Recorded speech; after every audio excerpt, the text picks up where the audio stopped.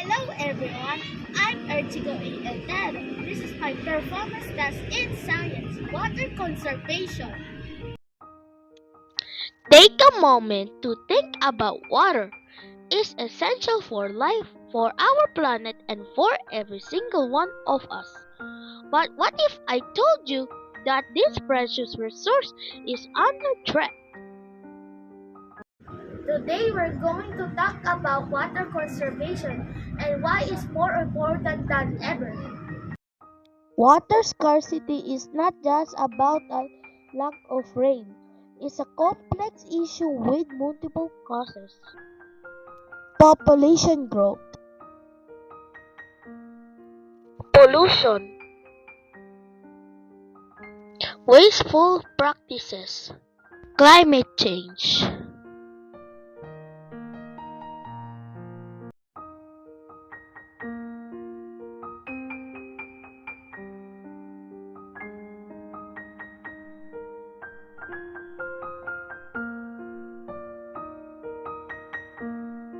The consequences of water scarcity are far-reaching and devastating. Health crisis and food shortages, environmental impact. The good news is we can make a difference. Here are some effective water conservation solutions that you can do at home. Try washing the dishes. You can use a basin when washing dishes.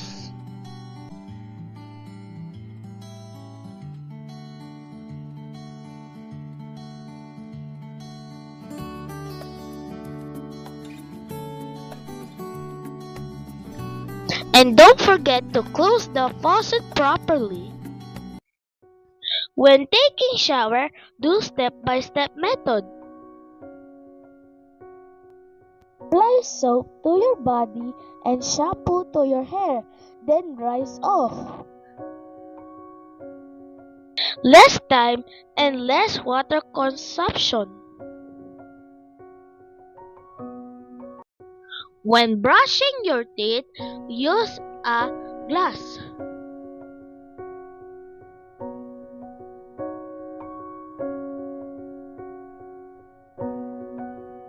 With these simple methods, not only you can save water, but also your water bill can be reduced.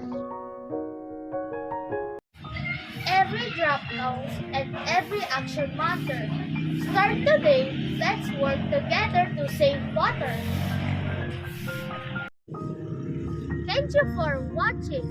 Remember, save every drop. Bye!